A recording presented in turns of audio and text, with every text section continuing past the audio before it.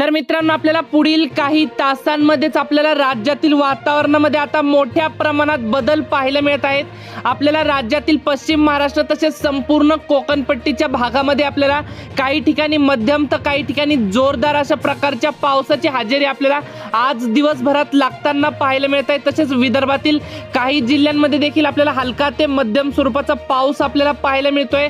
तसेच मराठवाड्यातील वातावरणामध्ये देखील आपल्याला बदल पाहायला मिळत आहेत। मराठवाड्यामध्ये देखील आपल्याला उष्ण व दमट स्वरूपाचं वातावरण आपल्याला या भागांमध्ये आपल्याला पाहायला मिळते। तर मित्रांनो, जाणून घेऊयात या व्हिडिओच्या माध्यमातून आपल्याला कोणत्या भागामध्ये पावसाची शक्यता आहे, तसेच कोणत्या भागामध्ये कशा प्रकारचं वातावरण असणार याविषयी।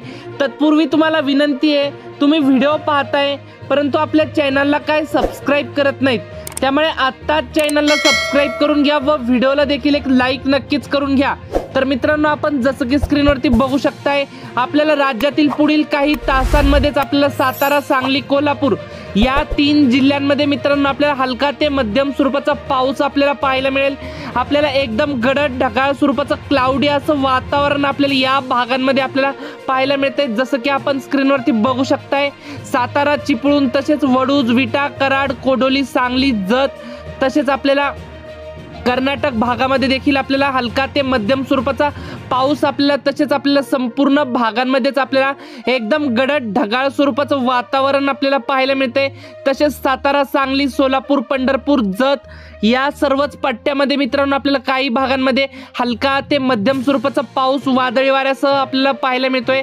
तसेच आपल्याला आज दिवसभरामध्ये विदर्भातील काही जिल्ह्यांमध्ये आपल्याला हलका ते रिमझिम स्वरूपाचा पाऊस देखील पाहायला मिळेल। यामध्ये अकोला, अमरावती, नागपूर, भंडारा, गोंदिया, चंद्रपूर, वर्धा, यवतमाळ, गडचिरोली या भागांमध्ये ढगाळ वातावरण तर पाहायला मिळतंय, परंतु काही ठिकाणी स्थानिक वातावरण तयार होऊन हलका ते मध्यम स्वरूपाचा पाऊस देखील आपल्याला झालेला पाहायला मिळेल।